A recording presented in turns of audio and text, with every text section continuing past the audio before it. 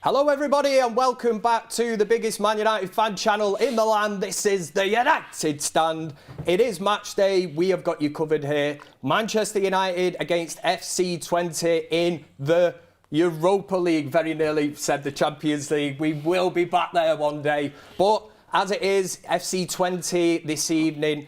Get all your chats into the comment section. We're going to be discussing possible team lineups. Get that in.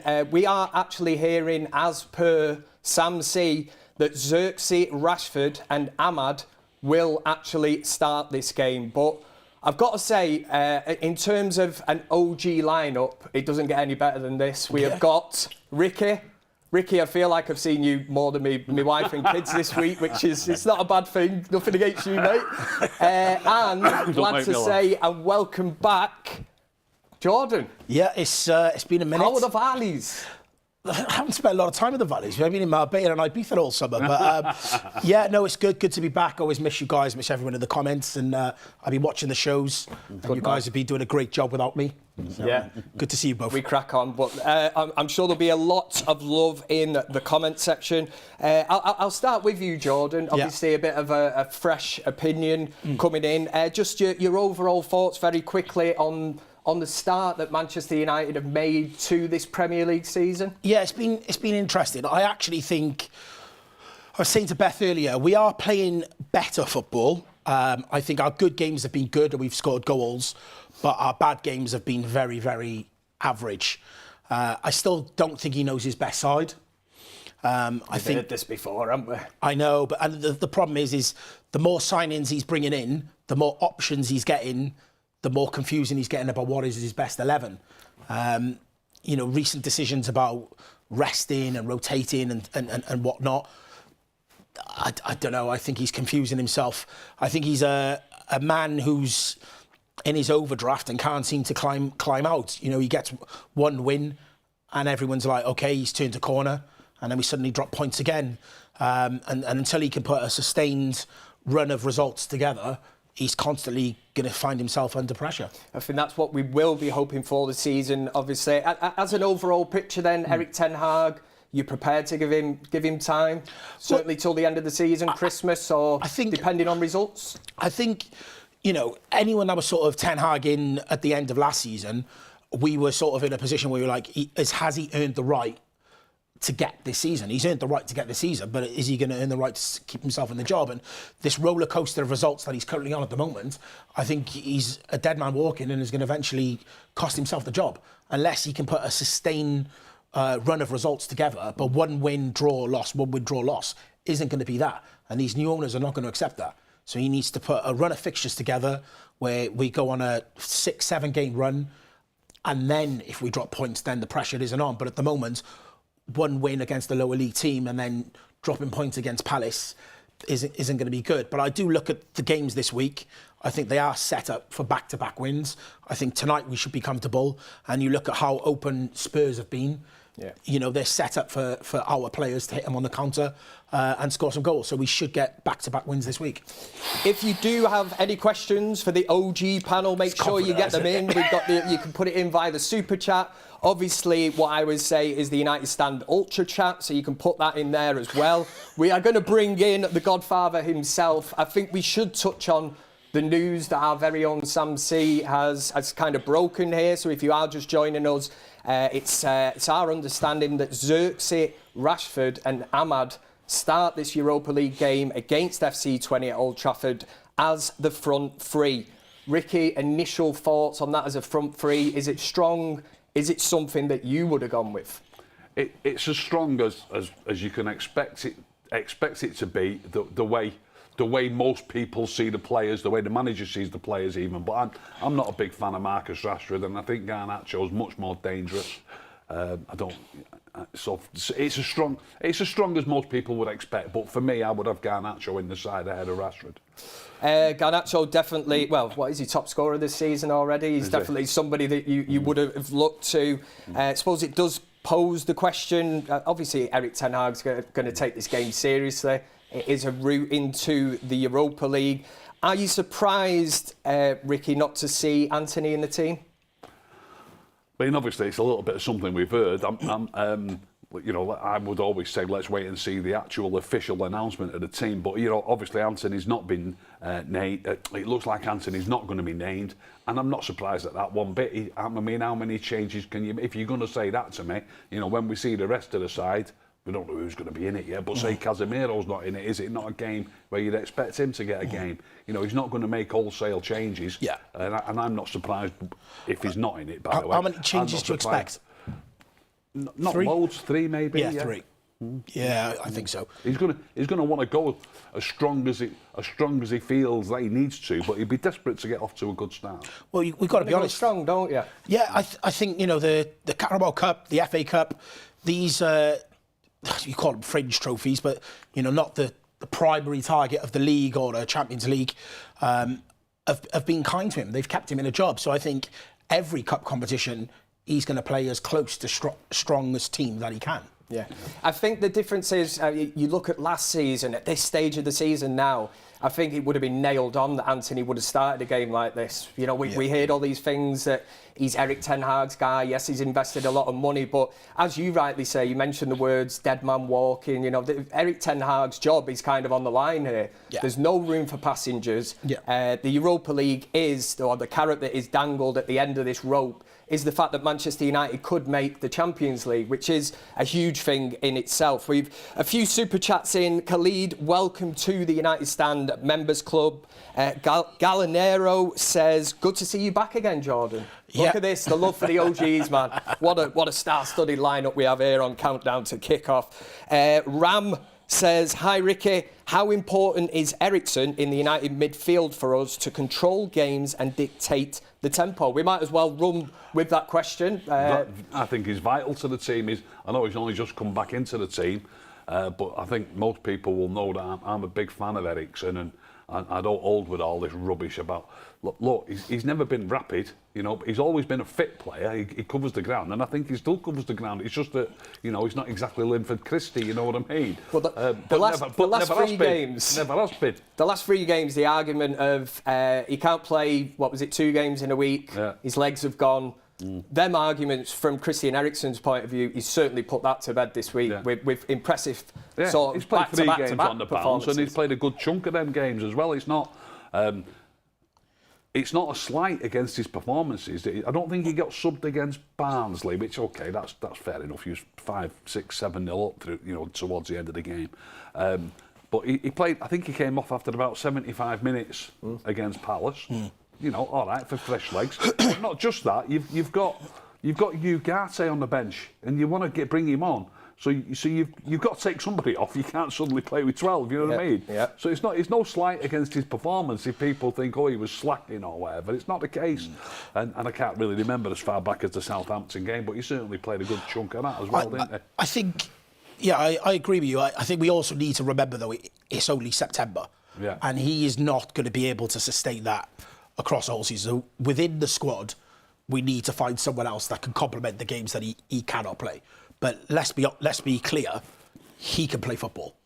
You know, in terms of some of the other players, I know we're going to talk about Bruno a little bit later, but you feel confident when Eriksen is on the ball that he'll pick the right pass, he'll spot the player, and you don't feel that confidence in some other players. But, you know, players have been brought in, Mount and so on and so forth, to ease the pressure on someone like Eriksen, and at the moment they're just not doing it. Yeah, I think he's doing really well, Eriksen. I think he's, I'd say he's taken us by surprise. I'm sure Ricky sat there going, he did take me by surprise. He's not took me by surprise. I did a clip on Instagram, which I'm going to bring out, by the way. I put a clip on Instagram before we played Southampton, so it's still there for all to see, where I said, we need Eriksen in this team. We need Eriksen, and I was probably 1 in a million that was saying that, and he brought him into that team, and he's not lost his place since. Whether he'll play tonight, I don't know, but like we've just said, we do want to win it. He will want to go strong, and I think at the moment it's clear that the manager thinks we're a better team when he plays. So will he play tonight? Who's the closest after Eriksen that you think can fill that void if he's not in there? Well, I think Mainu, but you've already got Ugarte to come in, so there's numerous permutations. Mason Mount, he's not as good on the ball as Eriksen, but he's a good player. So we've got numerous options for different roles, and some of them only need tweaking a little bit. And when you think about it, I use this phrase and people laugh at me.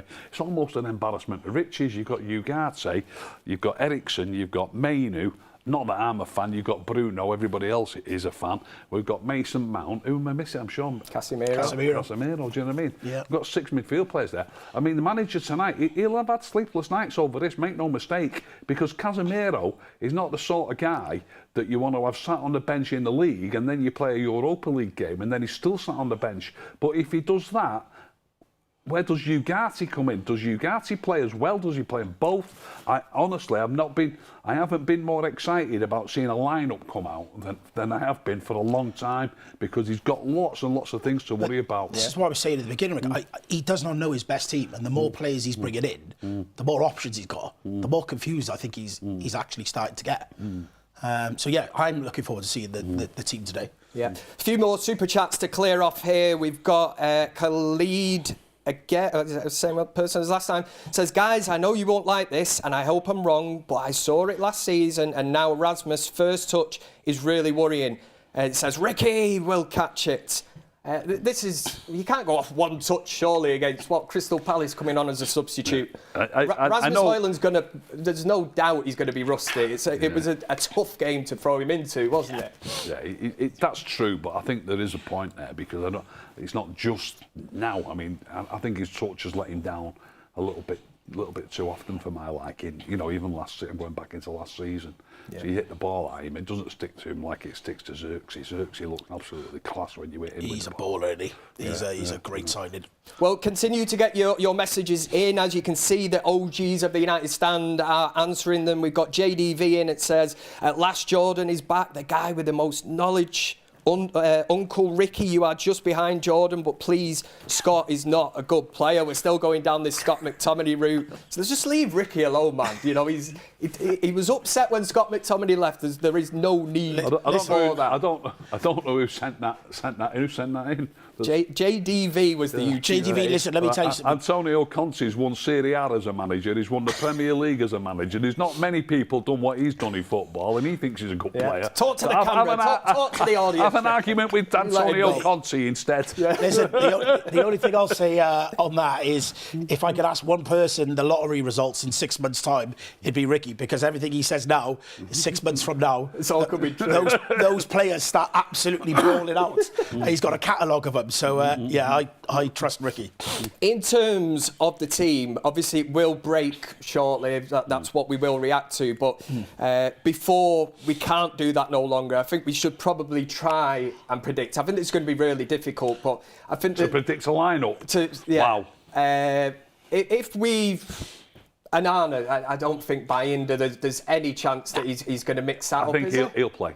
Anana. Yeah. So we can agree on that. We can agree on that. The interesting one, the way you say it's interesting, obviously Luke Shaw is injured, something we spoke about on the Monday night show. Big miss for Manchester United, but Dalot is doing a job on the left-hand side, isn't he? So is the left and right back spot this evening more or less nailed on? Nailed on. I'll put my house on. Dalot, Mazraoui. Yeah. And what a signing Mazraoui. I was just going to ask you that. I've obviously not been on. He is literally slotted in like he's always been there. I don't want to jinx him now and him go and have a mare, but I think he's been a great player. How have you found him? Yeah, brilliant. Yeah. He was on Saturday. I thought he had his best game. Yeah. He was class. You just need more signings like that just come in and just hit the ground running and solve a problem. 15 million. Great business. The lowest price of all the players that have come in. Yeah. And without a shadow of a doubt, we spoke about Xerxes, we've been really impressed with, but certainly Mazraoui is just... Wait, who did we nick him off? Who was he going to?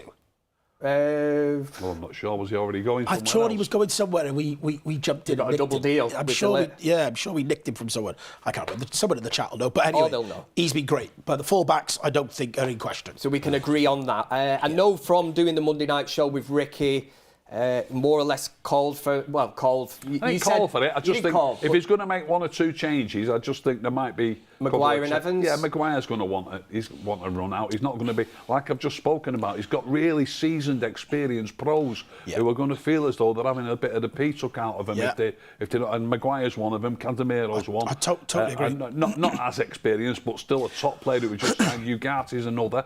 obviously Johnny Evans. I just think you might see Maguire. I'm going to go Maguire and Evans. This is not, you know, this is not something that I'm just sort of having a laugh about. This is going to take it deadly serious. He really wants to win it, but you know, he wants to win the game. But I don't think he's going to think that that's severely weakening the team either if he does that. I think Maguire and De Ligt. I don't think he'll change both of them at the back.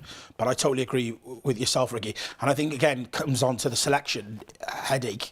He doesn't command the same respect that Pep commands, where you can leave big-name players and reputations on the bench and keep a happy camp. I think, you know, if these players don't start to get games, he is going to have a headache from some of them. That wouldn't be an issue for you then? Oh, so you're saying, sorry, you'd play... I think he'll play Maguire and De Ligt, so I think he'll drop Martinez. Right. And at the same time, I see Ricky's point in Maguire and Evans. At least you've got a partnership that has played together. You know, they played together at Leicester as well, didn't they? So at least you have that understanding. I don't think they're at Leicester at the same time. Were they not at Leicester at the same I don't time? think so. Yeah. But they played Somebody together. Will pick me up they on played that. together for United. United. Yeah. Well, even in terms of playing for Manchester United, they do have that kind of I just bond. think you're looking at a maximum of 3, maybe 4 changes today, and I can't see 2 of them being in the defence. I think that's the one area where we've actually been quite solid. So I think for him to suddenly change both centre-backs, I'm not so It sure. will be quite interesting to see. Actually, you're dead right. I've just had a little thought. They were at Leicester at the same time, yeah. You just you built me confidence a They bit were back at up Leicester then. at the I was same ready to time, shrivel into the sea and go, I've got something wrong. Should I tell you how I remember? Go on. It's a nice little story. I was in Barcelona when United played in Barcelona. When we get battered there about 3 or 4-0 about 45, 6 years ago. But I was in Barcelona. I'm in a bar. I get chatting to a lad in a bar. He's from Leicester. He's a season ticket holder. And it was around the time, I think we'd just signed Maguire for about 80 million quid. And this is how I remember it. This Leicester City fan said to me, like, this is weeks after we've signed him. In fact, we could probably check that because we were playing Barcelona. Don't have to check it now, I'll check it later. But he said to me, he's not even our best centre-back. He said, Johnny Evans is our best centre-back, mate, trust me. I said, you don't have to tell me that. I said to him. Oh, he said that to you? He said to me that, a Leicester City fan who's a season ticket. I said, he's not our best centre-back. He said, Johnny Evans is better than him. God, even he knew it. So, I mean, the back four, we've kind of gone through that and who we'd like to see. There's not many changes, is there, really? If anything, you want to keep that backbone kind of spine of the team. The midfield area, and Ricky keeps saying that we can't wait for the team, it's going to be interesting. This one is probably a little bit more interesting in the fact that I'd kind of put in my notes Casemiro or Ugarte. Now, it could actually be Casemiro and Ugarte. There's so many different combinations, Jordan, of what Erik Ten Hag could do this evening. Would a Casemiro and Ugarte kind of holding midfield be a bit too defensive for Manchester United at home? Too defensive at home for what we need to be at this stage of the tournament. But is it back-to-back games for Casemiro not starting? You want Ugarte to get up to speed? I think it'll go Ugarte and Ahmad. Yeah? Yeah. Ugarte and Mainu, you mean? Sorry, Mainu, sorry. I know Ahmad. I was going to say there's a curveball. I don't think it is too defensive to play in both. I really don't. We can, you know, we want to keep them pinned back. We will spend, hopefully, 80% of this game camped on the halfway line. If we're camped on the halfway line, Ugarte and Casemiro will be camped 15 yards ahead of that. You know, your position on the field depicts if you are playing defensively or not. Not what your strengths are as a player. Their strengths might be defensive strengths, but they can both. I know he's given some bad ones away, Casemiro recently, but they can both pass the ball. You know, if them two play together, I wouldn't have any problem with it whatsoever. What I do think will happen, though, I won't say I do think it'll happen. I think there's a chance that this will happen. I think he might play Casemiro tonight, and I think he might take Ugarte to one side and say, look, I can't play you both. You're in on Sunday. That's what I think might happen. Interesting. And then on Kobbie Mainoo? He'll play, I think. You think to 100%? whichever one of them two plays will be next to Mainu. Yeah, I think Mainu is the first name out of them. I kind of put down here, put Mainu to start, question mark, and in brackets is put daft question. Because I think it kind of is at this moment in time. He's so pivotal. I think he has had a rest kind of lately, hasn't he? But at this moment in time... He could be rested. I mean, don't forget, if he's... Looking ahead again... If you assume Bruno's going to play, that means Eriksen's out if Mainu plays. Yeah. Do you know what I mean? So... But out of the two games, I'd rest Eriksen tonight to play him against Spurs. You just would not have thought of this at the start of the season. That, you know, like 5 games in. To play him against. Yeah, we'd be having this conversation. I know. There's people that. I thought he was out the door. Want rid of him. I don't mind admitting it. No, I didn't say get him out of the club and all this. I just didn't see where Christian Eriksen fitted in at this moment in time. We've spent heavily in this kind of area, but Erik Ten Hag, obviously, he's putting him in the team for a reason, and he has been effective. You can't question that. I do feel like we've been here with Eriksen, though, at the beginning of seasons before, though, where we're like, he can ball. We know what he can do. My concern is just across the course of a season, someone else taking the pressure off. At games like tonight, Ahmad can come in, Eriksen can then play the game on Sunday. Yeah. A bit further forward then, this question has to be aimed at Ricky. We're talking about, we've got the midfield kind of two, or we're giving our thoughts on that. Make sure you get yours into the comment section as well.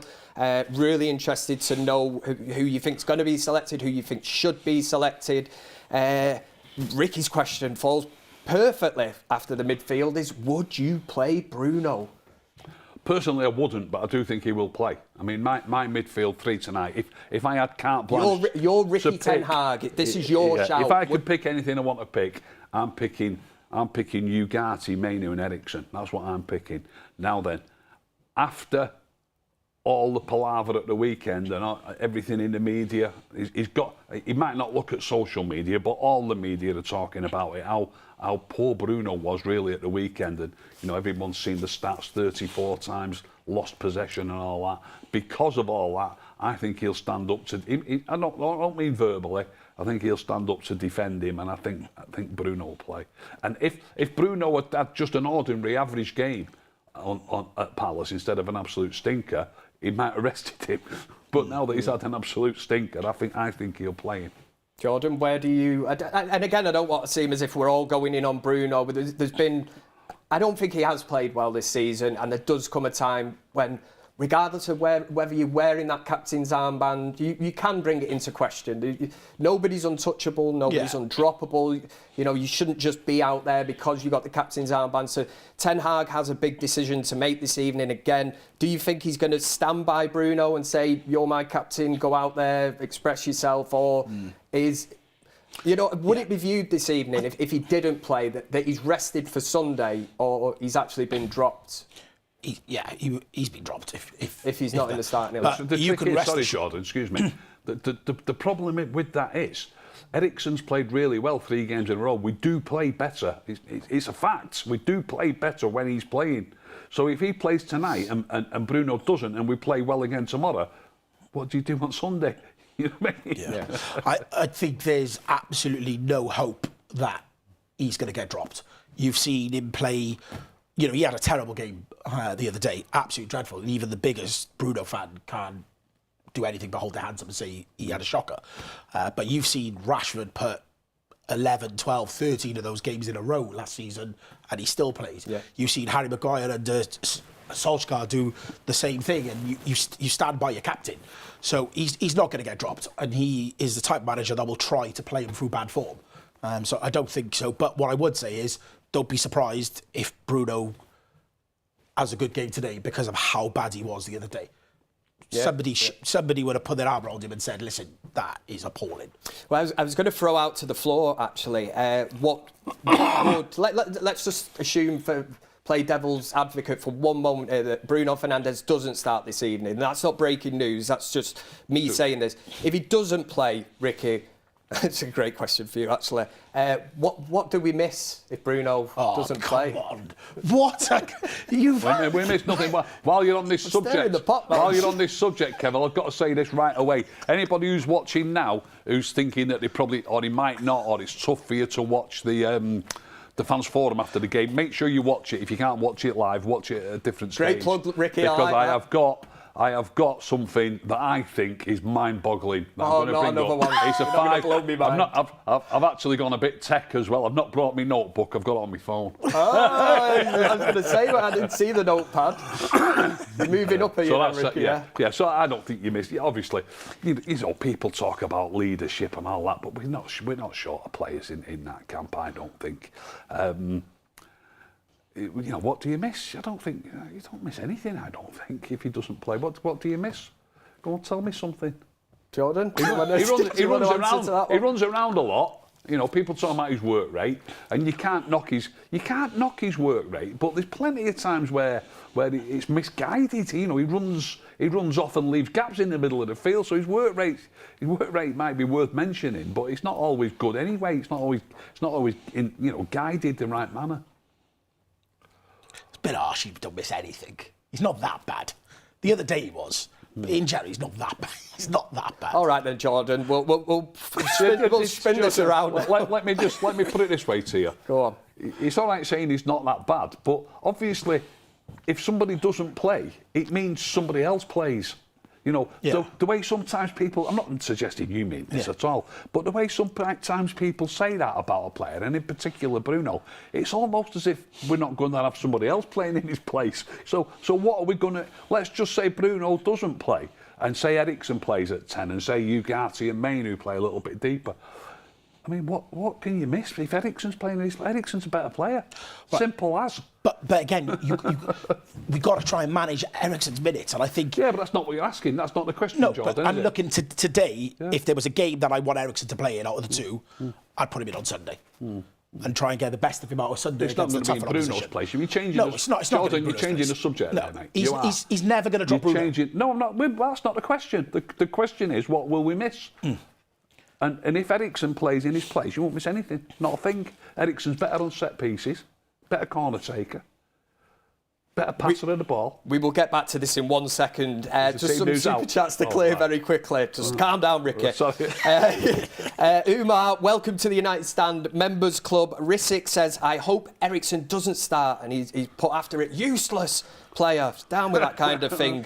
JDV back in with another super chat says, everything you say I agree with, Ricky, 99%.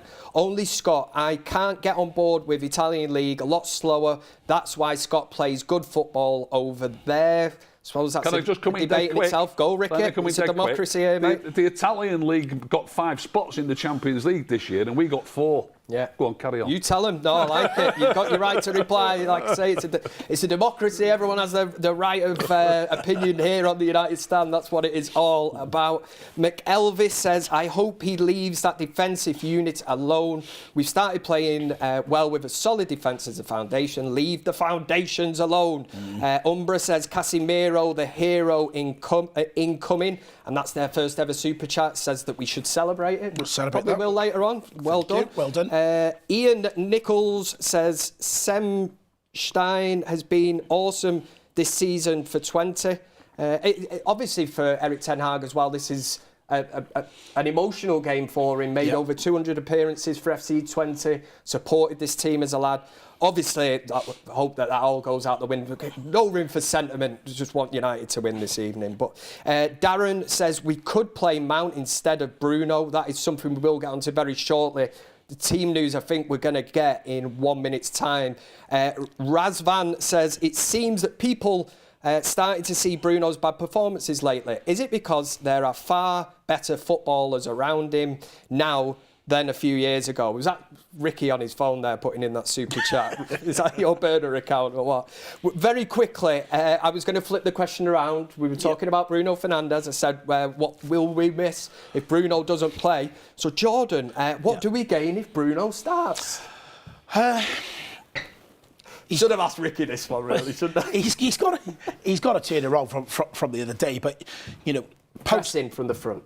Post Fergie, he's been our most creative player. Do you know Beth said on the Monday night show, what was it? Best signing post Sir Alex Ferguson? I've seen a few of the comments in the chat. You know, a few people were. What was your reply to that? I missed that. No. Okay. What a rubbish. Absolute load of I'm not like rubbish. throwing Beth under the, like, I'm just saying it was a comment she made. I took it in at the time. It was only after the show I started to think of other players we've signed and that, but everyone's got the right to an opinion. Yeah. I just... So what does he bring us if he plays tonight? What does he bring us? Don't talk about what he's done in the past, like you've just said. Yep. Don't talk about him being the best signing. Yep. You tell me, as a footballer, I've just told you what I like about Eriksen. He looks after the ball better, he passes it better, he's better on corner kicks. You tell me what Bruno brings. Goals and assists. You look at his records. No, that's numbers. That's numbers. But that's what he brings. He doesn't bring goals and assists. But he does. Is the team out? I've got it. Yeah, I was going to say that we will get back to this debate. Not a chance. We're just getting off that topic. So your starting lineup: Anana in net, which we says Mazraoui is going to be the right back. You've got Harry Maguire and Lisandro Martinez, centre back, little and large, as they would say. Dalot will obviously play at left back, and here's the interesting one in the midfield that we've just been debating. We will get back to it again. You've got Ugarte, you've got Eriksen, and you've got the captain, Bruno Fernandes, starts this evening. And the front three, which we already knew at the start of the video, as per Sam C, was a front three of Ahmad, Rashford and Joshua Zirkzee. First of all, Ricky, you've been waiting for this news. You love team news. Is it a Borat wow, or what do you make of that for starting 11? I'm absolutely gobsmacked. stunned. I'm absolutely stunned. When do you ever see Ricky stunned? Christian Eriksen, to me, is absolutely top quality. Now, brought into the team 4 games against in how many Southampton. days? This is the 4th on the bounce.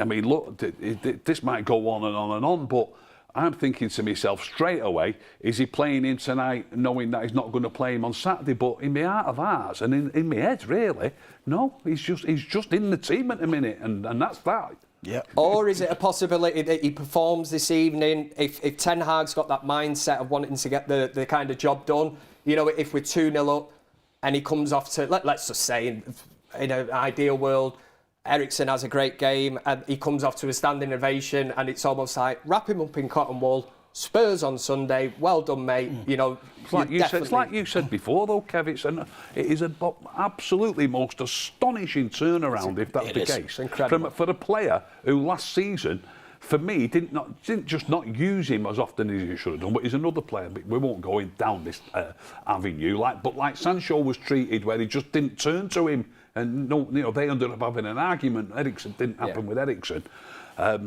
But he was just basically taken the pee out of, but in my opinion, and for that to turn into this, it's just mind-boggling. Absolutely mind-boggling.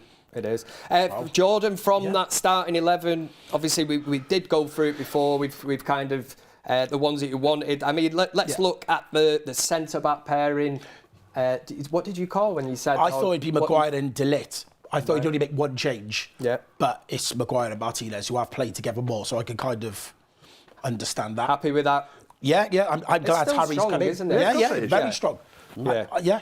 I think we knew that Dalot was going to be left back purely for the fact that we don't have a left back. I think there was some news coming out from yesterday that Ten Hag said that Luke Shaw could be back after the international break. Says he's not 100% sure on that, but that would be a huge thing. I have got the subs for you as well. We always like to know that. So you've got Garnacho, Højlund, Matthias de Ligt, Kobbie Mainoo, Casemiro, Anthony, Mount, Collier, Heaton and Binder.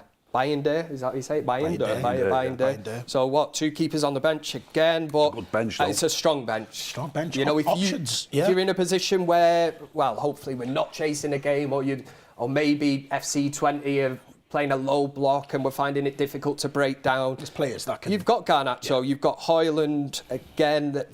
He's been injured, hasn't he? And he's trying to come back. Who's that? Mount. Yes, Anthony, Mount, Casemiro, Mainoo, De Ligt. It's a really strong team, that. Yeah. Let's just have a quick look.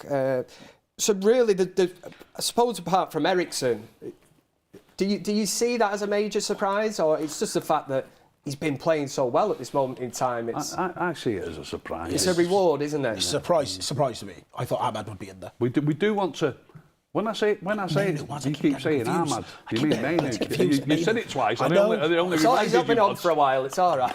So he's a bit rusty. I see it. Look, I could be wrong, but I see it as a bit of a cop out. The young lads are an easy, the easy option, if you like. He wanted to give Ugarte a game. He probably wanted to give Casemiro a game, as we spoke before. He's had to tell him he's not getting a game. Brought Ugarte in. To bring Ugarte in, you've got to drop one of your 3 midfield players. And the 3 midfield players were Eriksen, Mainu and Bruno. Bruno was the worst of the lot, without any shadow of a doubt. But like you say, not only is he the skipper, but he's a blue-eyed boy, so he's not going to drop him. Then it's between Eriksen. Now, to be fair, normally because Eriksen was so much on the bench last year, really speaking, you could say that he'd be an easy option. But no, he's sticking with him, and I think it's great news. I think the confusing thing about this team selection is, and you kind of look at it, Jordan, and you think it might have given you some clues as to who might start the game with one eye on Spurs at the weekend. Sometimes you might have looked, and we discussed this on the Monday night show as well. Plug for the Monday show, go back and watch that later. But on the Monday night show, we mentioned the fact that if Eriksen didn't start, it might be a clear indication that he was going to actually then start him against Spurs, which now that theory has totally been blown out of the water. But I do think it comes down to the fact that Ten Hag will certainly be taking this competition very, very seriously. For all the so-called bad press of these teams that are in the Champions League looking and laughing at us, and we're just trying to go about our business. But would that starting 11, looking at it on paper, does it give you any indication or is Erik Ten Hag thinking one game at a time? Absolutely none. This is crazy, isn't none. it? If anything, it's confused me even more as to what the team will be on Sunday. I had an idea before that team come out, but no, it doesn't. But you're right. It says that he wants to win the game, and looking at it and looking at the bench, win the game, then make the changes. And then roll on into Sunday. But like we were saying, I honestly think Champions League football, the best chance is this tournament. So yeah, he should be playing his better players tonight. So maybe that does make sense that Eriksen isn't playing. I've just worked this out. There's 3 changes, isn't there? And we said there'd be 3 changes, didn't we? Yeah. A couple of more super chats. JDV says, Ricky, the last 14 years, 4 Premier League, Champions League winners and 0 Italian teams, Champions League winners. Alpha male. No? No Italian teams have won the... Ricky, last 14 years, 4 Premier League, Champions League 14 years, we're talking about now. Yeah. This season, there's 5... I didn't say it, Ricky. Tell the camera, man. You tell This JDV. season, there's 5 Italian teams in the Champions League. We've got 4 places. I don't care what happened 14 years ago. Good lad, I love that. Glenn says, in Ten Hag we trust, let's go with this cup, United. We've got to take it seriously, haven't we? And United one says, agree, Ricky, cop out by Erik Ten Hag to not take Bruno out. Which brings us back to that debate, Jordan. We know that Bruno's starting, so what does he bring in at this team? And do you know what? I did see a stat today as well that Bruno Fernandes has missed, I think, the most chances in the Premier League this season so far. But, I mean, if he can turn that around and start taking a few chances. Ricky's looking at me that. I don't know, this is not like I'm like massively pro Bruno or anything. Yeah, no. I just think anyone that is, the outpour, for people to be like, drop him because of the performance the other day. He didn't really do anything the other day that he hasn't always done. He just did more of it, more losing the ball and looked more erratic. But stats say he is our most creative player. He scores more goals than any of the other midfielders. Should he be doing more as a captain? Should he be doing more for the money that he's now on? Yeah, those things add pressure on. But anyone that's waiting for him to be dropped, he's not getting dropped. He plays as a number 10. He doesn't really play in midfield, does he? He's such a... how often do you see him as the furthest man forward, chasing the goalie down and stuff? He plays as a number 10. He's an attacking player. It's not a proper midfield player, so it's no wonder that he's the top scorer. When you say he's the top scorer in the midfield, in the Premier League last season, he got 6 goals in open play. Scott McTominay got 7, and he only played half as much game time. So it isn't that great. Would Mason Mount have been in the conversation?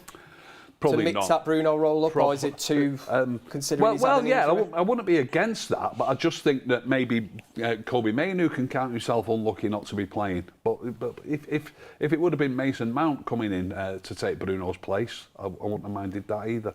Just on the front three, Jordan, obviously we get to harp on and have our say a lot.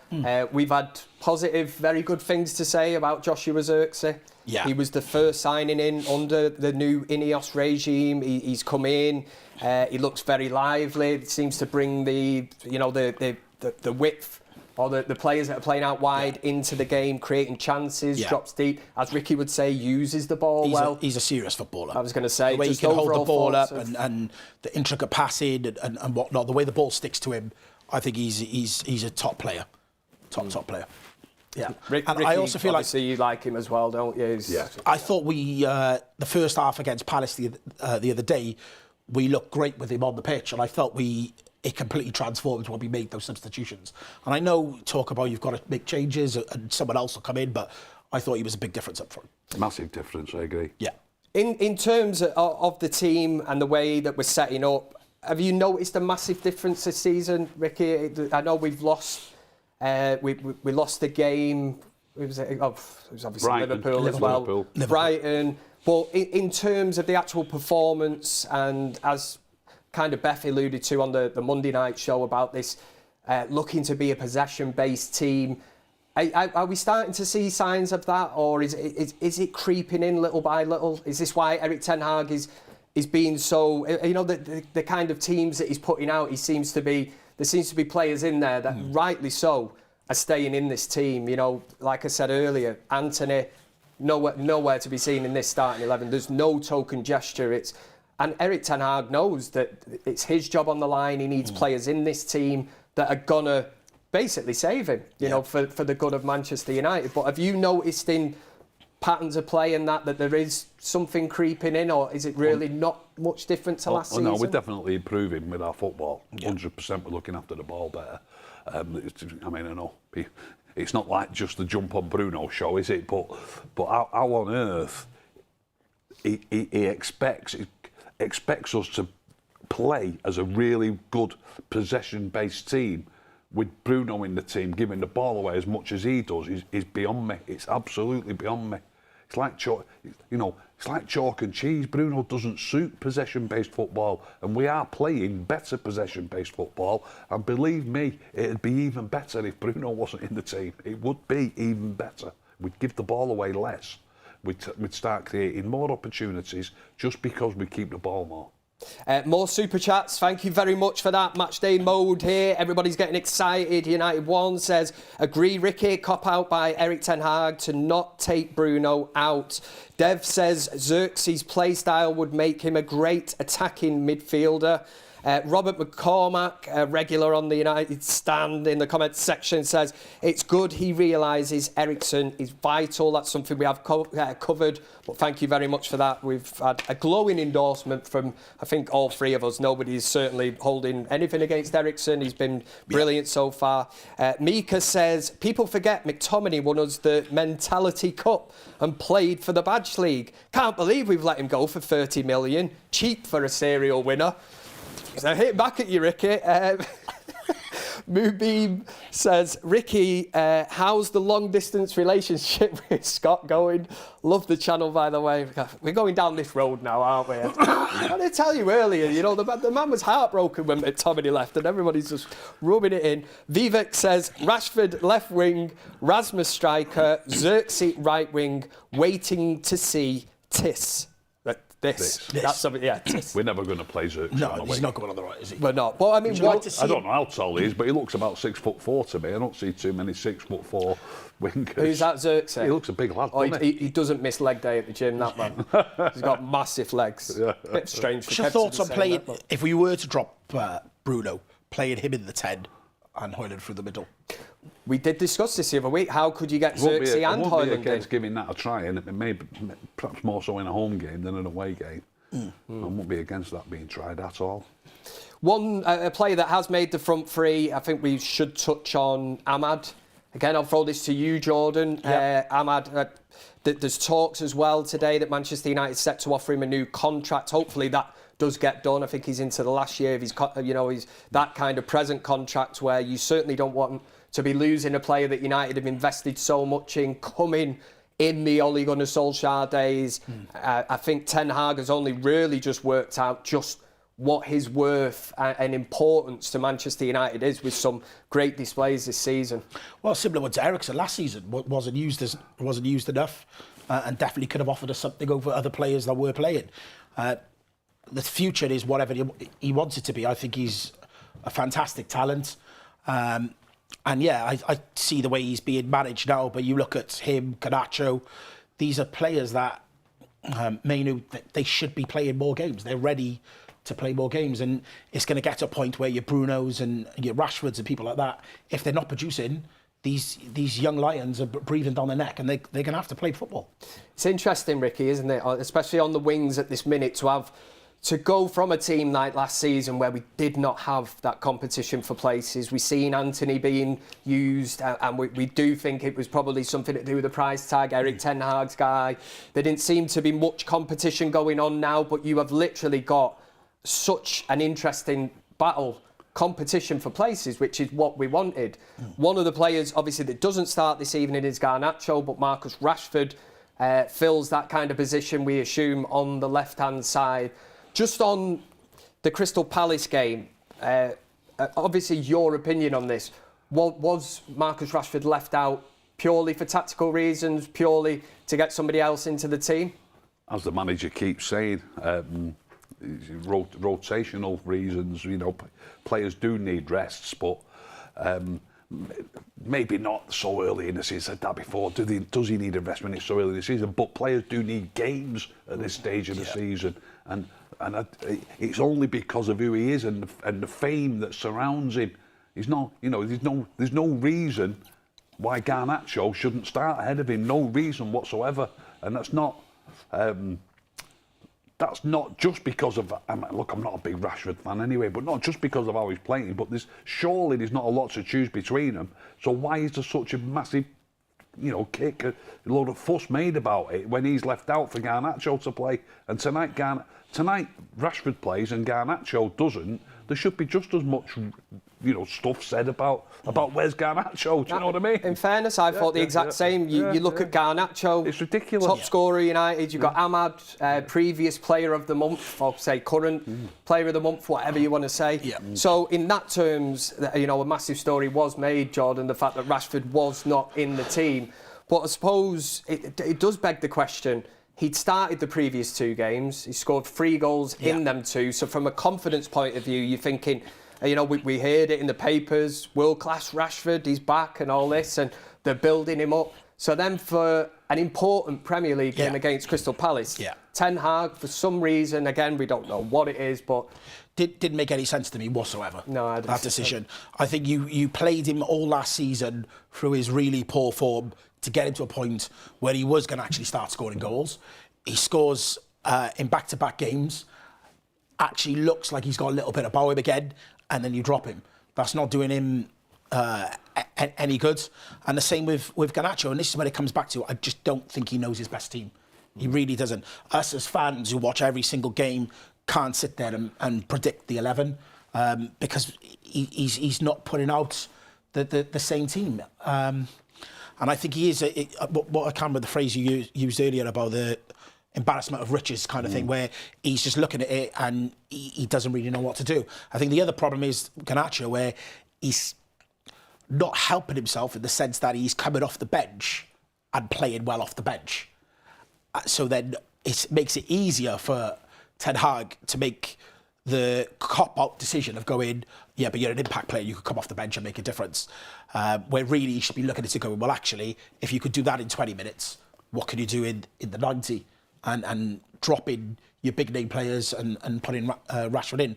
But in terms of the Palace game, I actually, for once, thought Rashford should have started. And I've never really felt like that. It did seem strange, didn't it? It did seem strange. Like you say, especially when a player so full of confidence, clearly plays off that confident kind of vibe, and he wasn't in the starting 11. But at the same time, Ricky, I get your point, because I said the exact same thing, that at the end of the day, you do have two exceptional players on either flank that are playing, well, I'd say they're playing better than him, so it didn't really seem that much of a major shock, did it? But, I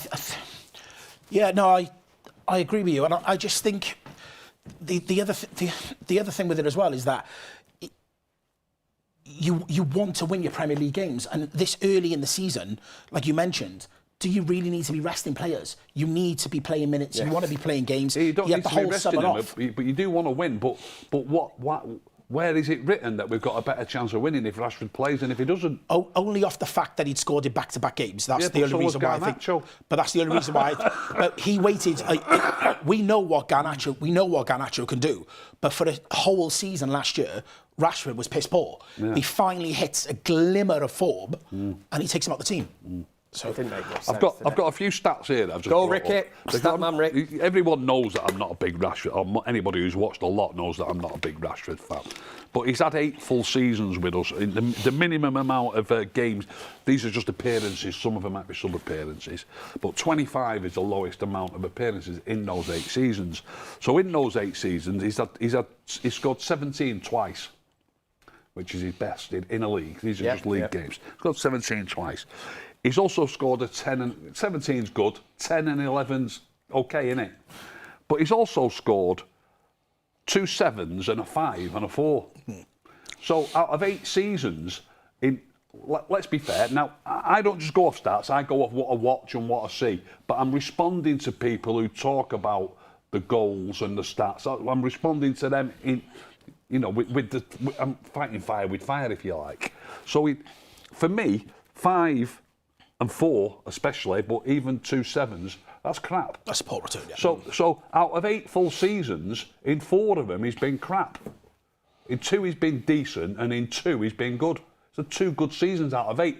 Now, like I say, I'll repeat it again, I'm only responding with stats because people say, he's good because of his goals. So I'm going to come to Bruno after as well. Because of his goals. It's a load of rubbish. Occasionally he has a good season. So 25% of his seasons have been good goals-wise. I think the understatement of the century there was Ricky, just before he started reading out his little facts there, was Marcus Rashford. Everybody knows on this channel I'm not a big fan of his. That's an understatement. Cabby in with a super chat says Bruno's goal assist numbers are out of this world, and unfortunately he's still under delivering. If he was a little bit more lethal, Ballon d'Or conversations. Don't get Ricky started. He's looking at me. Don't poke the bear. Don't make me laugh. Don't poke the bear. The stick is out. We've got another one that says Bruno is opposition's best defensive midfielder. Patrice Evra is in the chat, of course he is, and he says loves this game. He says Onana will score tonight. I love this game. That's what he says. Thanks, Patrice. We love you, legend, man. And Fred Flintstone, member for 45 months of the United Staff Members Club, says Garnacho deserved a start, and he played very well against Palace. Overall, he offered more against Palace than Rashford did against Southampton. Agree, Ricky? Yeah, probably. Yeah. Garnacho should have started. I think we've more or less covered what the starting 11 is. I'll just check it out again just to make sure there's not that many surprises. I suppose you could look to the bench. Højlund, again, it's going to be too soon for a start. Garnacho as well. But it's too soon for Højlund. In turn, he looked rusty, didn't he, against Crystal Palace. Is the worry, Ricky, we couldn't break down Crystal Palace after we created endless chances, didn't we? Garnacho hit the bar. That previous to that, what we scored 10 goals in 2 games. 10 in 2. And we worked hard with this brush and beat them with it, saying it was only Southampton, it was only Barnsley, and even if we'd have beat Crystal Palace, it would have been, it was only Crystal Palace. It could go on all season, this. But was the lack of clinical finishing against Crystal Palace, is that a concern for you when you look? It is a little bit, but if we keep playing as we're playing, we will overpower teams by making. When I say keep playing as we're playing, I mean even improve a little bit. Just keep improving. Yeah. If we keep improving on how we played or how we've played recently, goals will come without a doubt. I agree. Any concern for you, Jordan? No, I totally agree with Ricky. I think you put that much pressure on most teams, and you will score goals. We play like in the first half, especially against Spurs on the weekend, who are not as great at the back. We will score goals. You also got to remember you've got a goalkeeper that played the game of his life against his former club to prove a point. Henderson. You're not gonna have that against Spurs or tonight. If I may just say, because I think Jordan said it twice now, I think you're underestimating Spurs, mate. I don't think it's going to be anything like a cakewalk against Spurs. I know you've not said a cakewalk, but no. I don't think it's going to be anything like a game where even if we play well, we might not score. We might score once. I'll be over. If you could say to me now we're going to score twice against Spurs, I'd bite your hand off. I don't know, Rick. I've watched them a few times and they're really open at the back. Are they Spursy? They're so Spursy. They play such a high line, and we're set up to play well against teams like that. I'm not saying it's going to be easy. I still think you're underestimating. And we got one against Fulham, we got one against Brighton, we got none against Palace. Southampton at bottom of the league, we managed to get 3. I think 2 against. Look, I'd love us to score more, but I think 2 against Spurs would be a really good tally. Oh yeah, I mean I'd take 2 goals against them as long as we can keep a clean sheet or only concede 1. But I do think we can score goals against Spurs. Yeah. Thank you very much. Continue to get your super chats in and your thoughts in the comments section. We've got one of Ricky's fan club in. Maybe the only member of the Ricky fan club. Right, start. My wife, is it? Somebody called Col apparently. Said, Col. Ricky, as much as that's not your Ricky. As much as I disagree with literally everything you say, I love listening to you. So there you go. Nice, thank you. That's a bit of a strange kind of what do you call it? Yeah, that's a weird one. Callum says, "Not saw Jordan in months. Welcome back, mate. It's great to feel the love. Like I said, the OGs of the United stand back in the studio for countdown to kick off Manchester United against FC Twente. I suppose the question is, I'll throw it out to the floor in terms of the Europa League. Is this a trophy that, and obviously you can answer in the comment section as well, is it a trophy that Manchester United should prioritise this season? Depends what you mean by prioritise. You can't prioritise it ahead of your Premier League place. That's your bread and butter. But we've definitely got to do our absolute utmost to try and win it. Our absolute utmost. Yeah.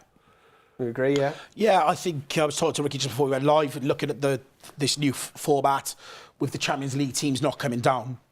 It definitely gives us a better shot at winning it. We looked at teams that in the top 8 who really realistically could finish above United, and we're there or thereabouts. Spurs are in it, don't forget. Spursy. I still fancy they don't win trophies.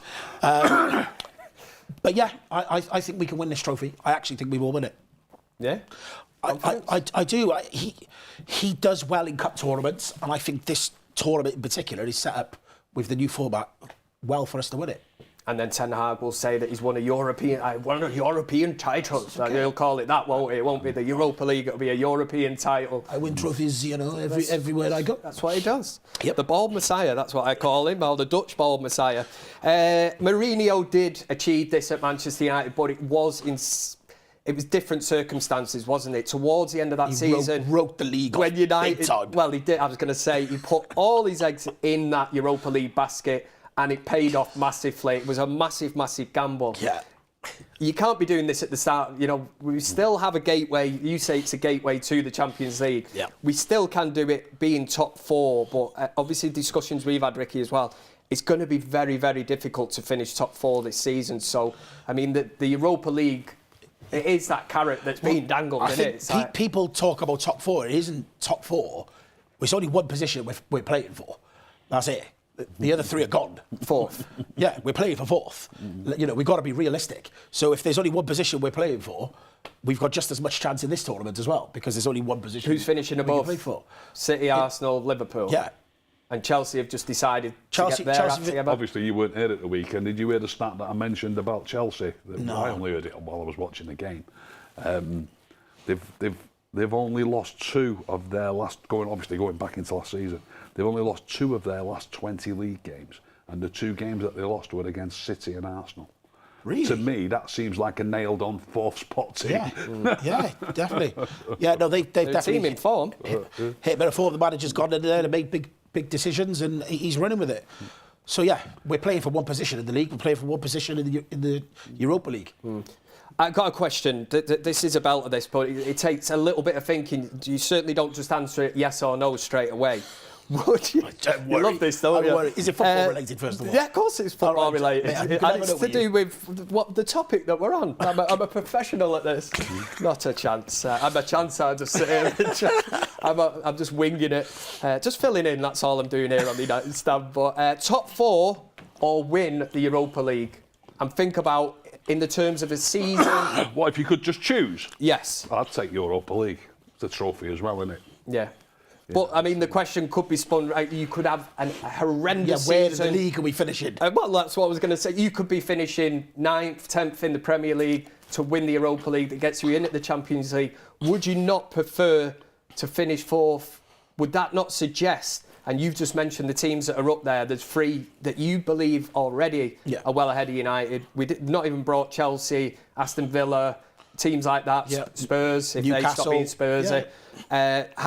How much of an achievement, and I'm not going down the Arsenal route of, open bus, what do you call it? Open top bus parade, because we've got top 4. But it would be an achievement in itself to finish top 4. It would also suggest that United had played very good football over a sustained 38-game season instead of winning. And don't get me wrong, it's a league format in the Europa League as well. But Only 8 games, though. Yeah, but it's. Yeah. They do say something. I take your point. I understand that if you in the terms of progression, the way the Premier League is at the minute, because you've obviously when Jordan says the top 3 spots are taken, obviously he means City, Arsenal, and Liverpool. Then, as I've just mentioned, Chelsea are hardly losing a game for months. Villa finished 4th last year. They're in the top 4 now. You know what I mean? That's ominous. Yeah. You know what I mean? There's 5 teams that have got a great chance of finishing above us. If we could finish 4th and play good football, it would look more like we're going in the right direction. It'd look like we're going in the right direction. So it's a great point, Kev. But I love winning a trophy. Yeah. And it's a decent trophy. When I look at the trophies, I think the Premier League or the Champions League, put them whichever way you want, they're the top 2. For me, then it's the Europa League, then the FA Cup, then the League Cup. So it's a pretty good trophy, the Europa League. I would definitely take the Europa League because of that trophy that it brings you as well. But I do take your point. Yeah, it would show more progress if we could get 4th or even 3rd, maybe. You could argue the Premier League is a stronger league than the Europa League. Well, it is, by far, yeah, it is. But the other thing I'd say... That's why we think we can win the Europa League. Yeah, definitely, 100%. The other thing I'd say is if he wins the Europa League and he doesn't finish 5th, 6th, close the gap on the top 4, I don't think he stays in the job. I don't think a trophy... No, it won't cut it. No, it won't, will it? Not this time round. He's got to finish... I think I mentioned this the other night, but there'll be a few people watching who perhaps weren't watching. I'm probably older than 90% of the people who are watching as well, and I remember the great days, and I remember I remember the treble. I was at the game in Barcelona when we completed the treble, and remember the great days. So people might go, oh, what's he talking about, 6th? But if we could finish 6th this season, we were 8th last season, I think it'd be a step in the right direction, but I'm looking at it sensibly as well. When I'm looking at Liverpool, Arsenal, City, Chelsea and Villa, it wouldn't, it's just the way they are. And, these clubs might not be Man United. Aston Villa are nowhere near the size of club that Man United are. But the way they're operating on the field, and have done for some time, would do well to finish above them, very well. And it is that argument as well that other teams would do anything. You think of the Carabao Cup final against the likes of Newcastle, not won a trophy for how many years? Brought the whole city with them. They would do anything to win a trophy like that. And to strengthen that argument or that kind of debate about where would you rather finish top 4 or win the Europa League as well, you only have to look to our season. Last season was pretty pathetic in terms of where we finished in the league, 8th, stop-start. We did that many sort of back and forward. We were spinning in circles. We didn't know where we were from one game to the next. Yet somehow, and you were at the game, Ricky, and I get that, they're the days that you live for, is when you're lifting that FA Cup, against your City rivals in the FA Cup. Somehow they just all decided that day that, yes, we'll turn up, we've got a game plan, we're all going to stick to it, we're all going to do our jobs, and bang, we won the FA Cup. I think the other thing is with finishing 8th is it's only because we won the FA Cup that we're in Europe anyway.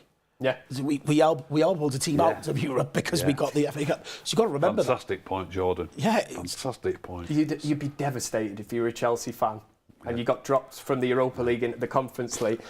As a Chelsea fan at that point, I'm sure all the eyes of anybody that supports any other club would have been looking at that and thinking, that is nailed on that Manchester City win this FA Cup final. I thought it was nailed on. Even us as fans.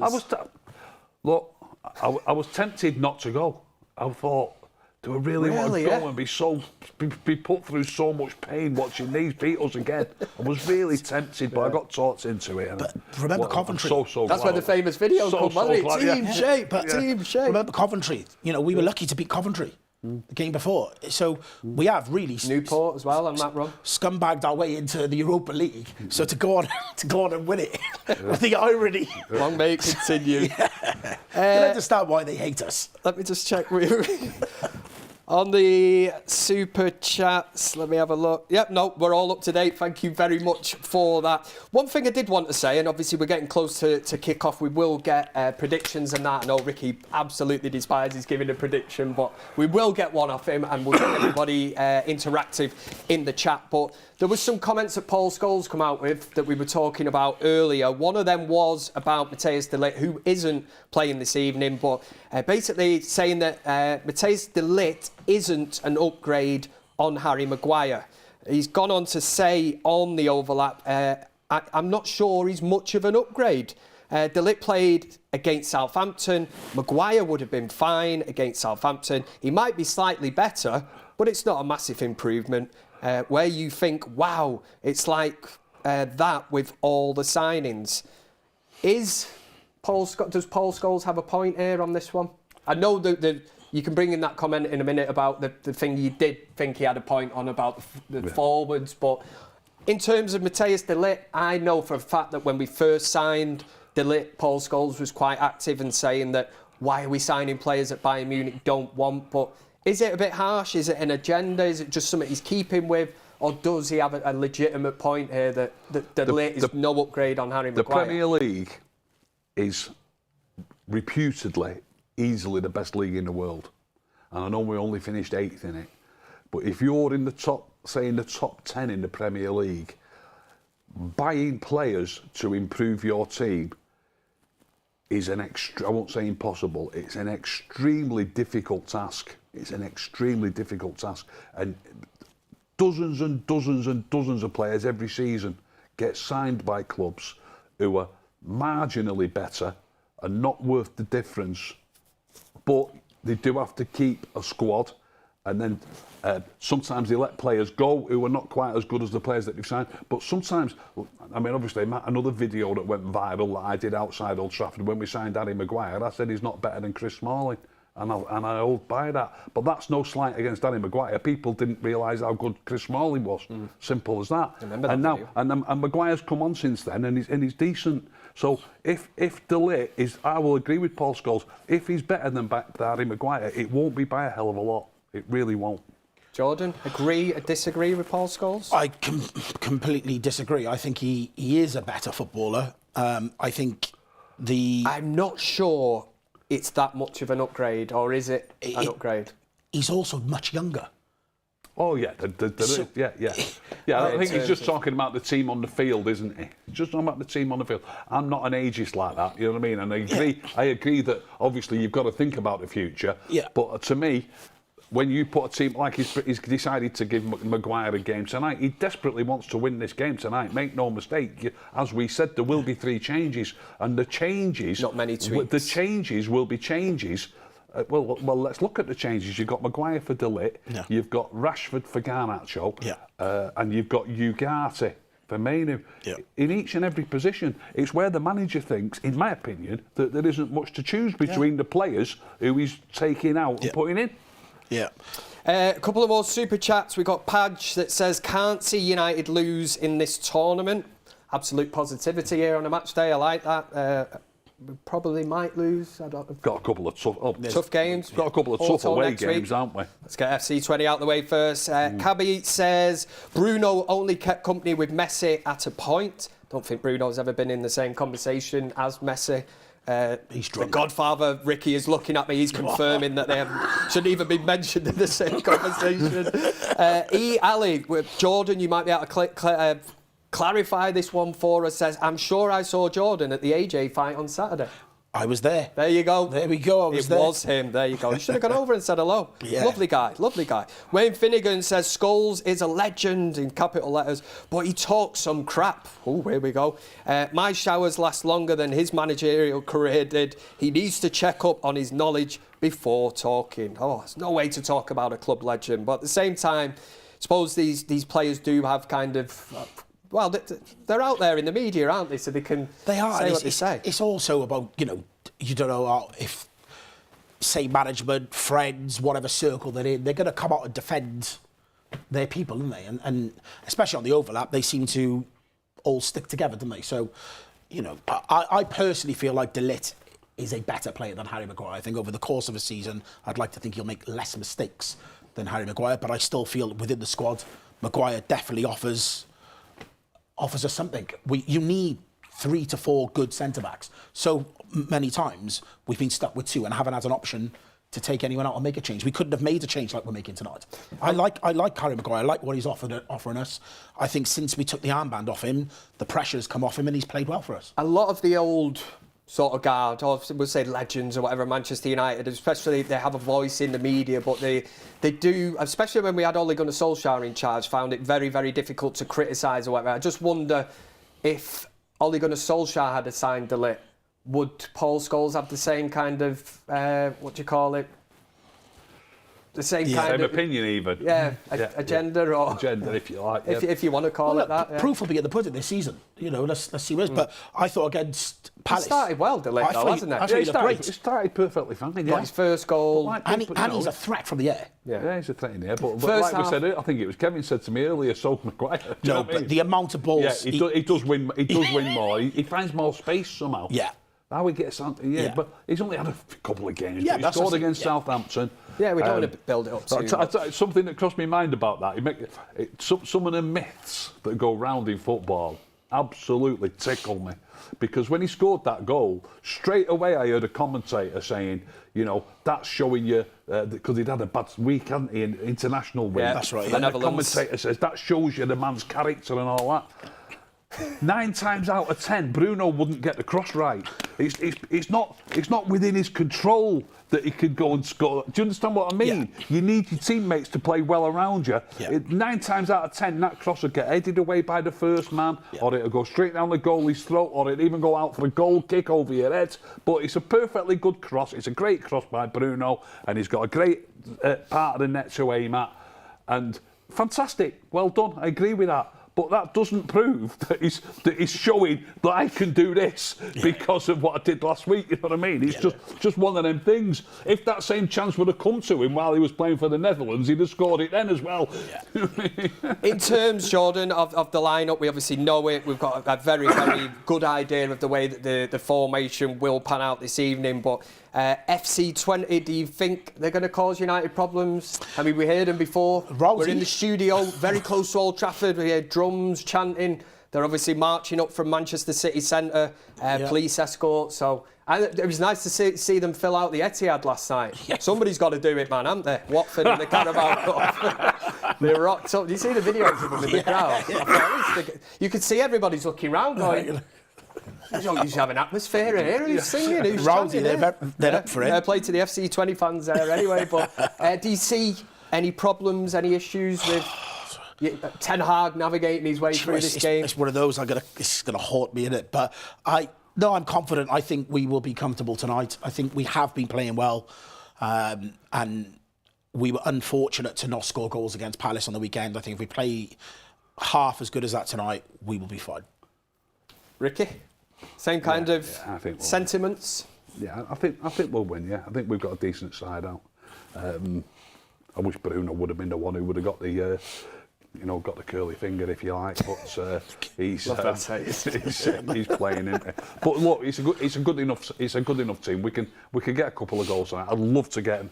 I'd love to get the 4th clean sheet on the bounce. Can somebody try and look that up for us while we're at the match? That's a big I thing, would that, love isn't to know when we last got 4 clean sheets on the bounce. And I know one of them was against Barnsley, but I'll take it. Yeah. Sam might be able to look that up as we edge closer to the end of the countdown to kick-off show. Obviously, Mark Goldbridge will be coming up for the watch-along, and later on we're back for the fan forum. But who do you see from that starting 11?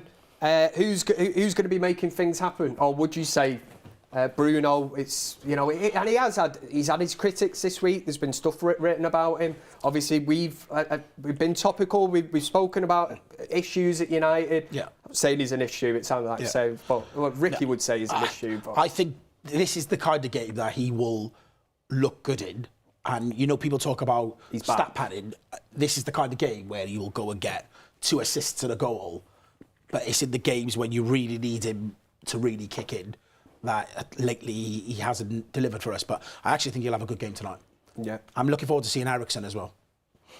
I bet you thought you'd never say that. At the start of this season, if you had this date penciled in, Jordan is on, the countdown to kick-off and the fan forum, and Jordan, you heard it here first, clip it up. Even more so because on the train on the way up here, I had a conversation with a United fan. I was like, there's no chance Eriksen's played tonight. They're going to save him for Sunday. And he's here. So, I am looking forward to seeing him.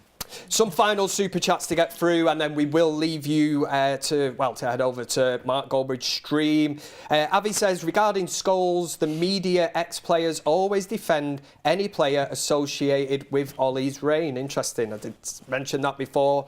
Valib Hav says, who would be United's biggest competition for the Europa League? Some decent outfits in there, isn't there? Spurs. Lazio. Roma. Yeah. Cyber Spider. There's a tongue twister, says, in all the time Harry has played, we've not played high line with Harry. So on that only, how is he not an upgrade? Sorry, Paul is chatting and can't back down. Absolute lot of rubbish. Yeah. When we're on top, we get to the halfway line. Whoever's playing at centre-back. Noah says, Ricky is so petty. Bruno has been awful, but his agenda towards the guy as a player is unreal. How can you say he hasn't been our best signing? Come on. We'll save this. We will be back for the fan forum. I can tell he wanted his right to reply, but somebody in my ear has said... I've got a great reply. Wait where you see this laughter. And Michael has just ended with good work. Thank you very much for that. You can head over to Mark's stream now. He is live. Manchester United against FC Twente, Jordan. Can we flood his chat with something? I was going to say, I had it written down there. Can I say, can we flood his chat with sheep emojis because I'm back? There you go, sheep emojis. For Wales, from the valleys, as they say. Thank you very much to Ricky. Oh, quick score prediction. We'll just very, very quickly, Ricky. You know I hate score predictions. I know you hate them, that's why I'm asking. I hate them that much. I'd already forgotten that Beth asked me today, and I've actually had to look at me. Put it in the group? I've actually had to look at my phone to check what I said. So I said 3-1 to United. 3-1 United, love the positivity. 3-0. 3-0, and I'm going to go with a 2-0. Make sure you enjoy the game. It's out of my hands now what Manchester United do. I cannot influence this game one bit. Get onto Mark's stream. We want sheep emojis, Welsh flag emojis, if you want to put that along. Jordan has returned. It's been great. It's like an old catch-up with like really, really old friends and the OGs of the United States. A couple of beers and some pork scratchings. That's all we need now. With some mates. What a time to be alive. But thanks very much, Sabs. We will be back on after Mark's stream for the fan forum, hopefully discussing a win. But you've been watching the biggest Man United fan channel in the land. This was the United Stand. See you later.